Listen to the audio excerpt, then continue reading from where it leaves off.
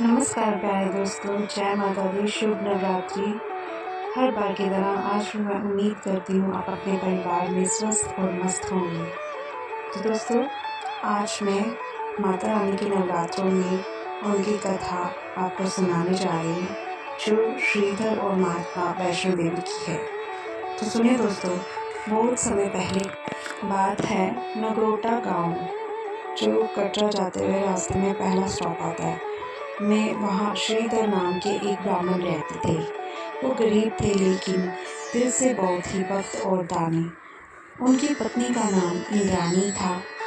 उनकी गरीबी इतनी थी कि घर में अक्सर खाने को भी नहीं होता था, लेकिन फिर भी वो हमेशा दूसरों की सेवा करते रहते थे।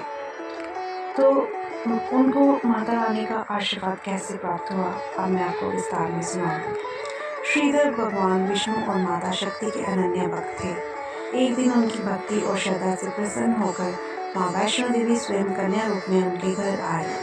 माता ने श्रीधर से कहा, तुम पूरे गांव में मेरा भंडारा आयोजित करो, सभी साधु संतों और गरीबों को बुलाओ।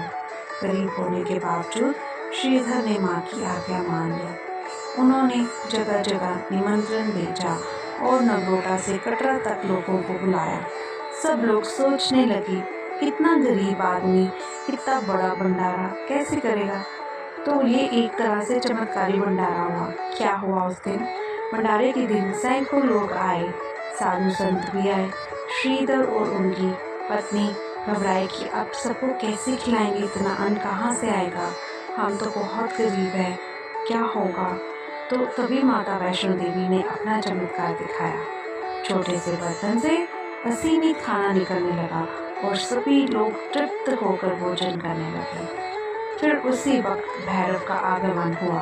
भंडारे में भैरवनाथ को पता चल गया कि वो कोई शक्ति है वहाँ पर जो श्रीधर के घर पे आई है, क्योंकि श्रीधर तो गरीब है, वो इतने अन्न का प्रबंध कहाँ से कर सकता है।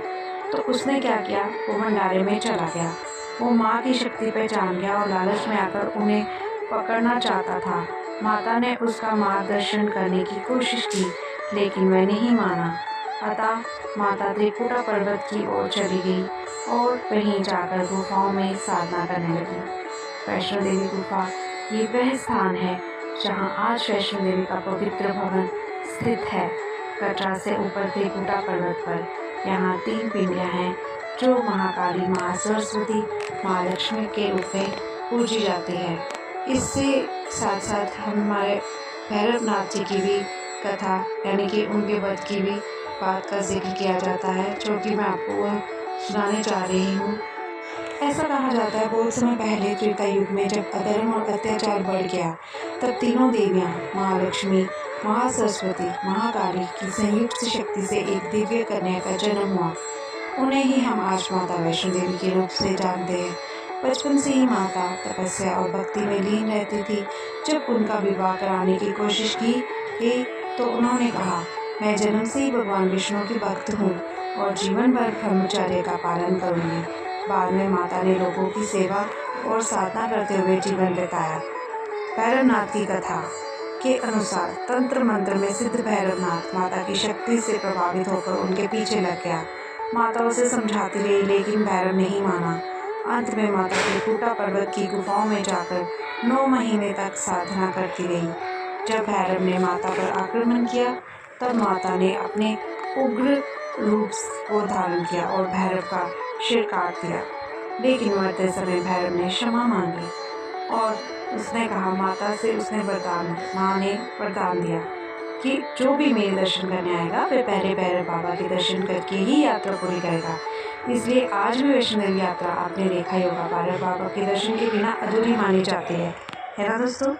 सो ये थी माता रानी की कथा और भैरव बाबा की कथा। सो अब मैं आपको बताने जा रही हूँ ये माँ भवानी के नवरात्रि क्यों और कैसे मनाए जाते हैं। ध्यान से सुनिए दोस्तों।